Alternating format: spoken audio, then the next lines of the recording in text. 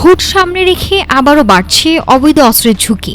আইন শৃঙ্খলা রক্ষাকারী বাহিনীর তথ্যে উঠে এসেছে, বাংলাদেশ ভারত ও বাংলাদেশ মিয়ানমার সীমান্তের অন্তত ৩০টি পথ দিয়ে দেশে ঢুকছে অবৈধ আগ্নেয়াস্ত্র। এইসব অস্ত্র ব্যবহার হতে পারে নির্বাচন কেন্দ্রিক সহিংসতায়। নির্বাচনের আগে দেশের নিরাপত্তা নিয়ে বাড়ছে উদ্বেগ। সীমান্ত দিয়ে ঢুকছে অবৈধ আগ্নেয়াস্ত্র। আইন শৃঙ্খলা বাহিনীর তথ্য মতে বাংলাদেশ ভারত ও বাংলাদেশ মিয়ানমার সীমান্তের অন্তত ৩০টি পয়েন্টে ব্যবহার করা হয়েছে অস্ত্র চোরাকারবারিরা। ঢাকায় গত জানুয়ারিতে দুটি বিদেশি পিস্তল ও গুলিসহ গ্রেপ্তার হন অস্ত্র কারবারি আজগর আলী। জিজ্ঞাসাবাদে তিনি জানান, ভারত থেকে যশোরের বোনাপোল হয়ে অস্ত্রগুলো আনা হয়েছিল। এর আগে চাঁপাইনবাবগঞ্জের মনাকষা সীমান্ত দিয়েও অস্ত্র আসার তথ্য পায় পুলিশ।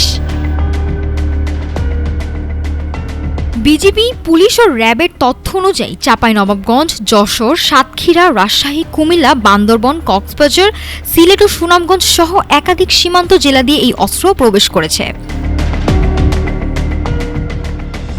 কেবল স্থলপথ নয়, মাছ ধরার ট্রলার ও নৌকার মাধ্যমে অস্ত্র পাচারের তথ্য পেয়েছে বাহিনী। প্রথমে সীমান্তবর্তী এলাকায় মজুত করে পরে ঢাকাসহ দেশের বিভিন্ন এলাকায় সরবরাহ করা হচ্ছে এসব অস্ত্র। ২০২৪ সালের জুলাইয়ের গণ অভ্যুত্থানে লুট হওয়া ৫,০০০-এর বেশি অস্ত্রের একটি বড় অংশ এখনও উদ্ধার হয়নি। বিশ্লেষকদের মতে এই অস্ত্র ও সীমান্ত দিয়ে আসা নতুন চালান মিলেই তৈরি হচ্ছে বড় নিরাপত্তা ঝুঁকি। সীমান্ত পুরোপুরি সুরক্ষিত না হলে নির্বাচন কেন্দ্রিক সহিংসতার আশঙ্কা থেকেই যাবে। গোয়েন্দা নজরদারি আরও জোরদার করতে হবে।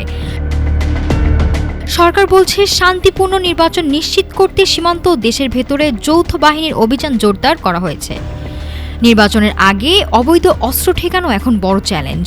সীমান্ত সুরক্ষায় কার্যকর নজরদারি ও গোয়েন্দা তৎপরতাই পারে সহিংসতার ঝুঁকি কমাতে। নাফিসা সামিয়া, ঢাকা টুডে।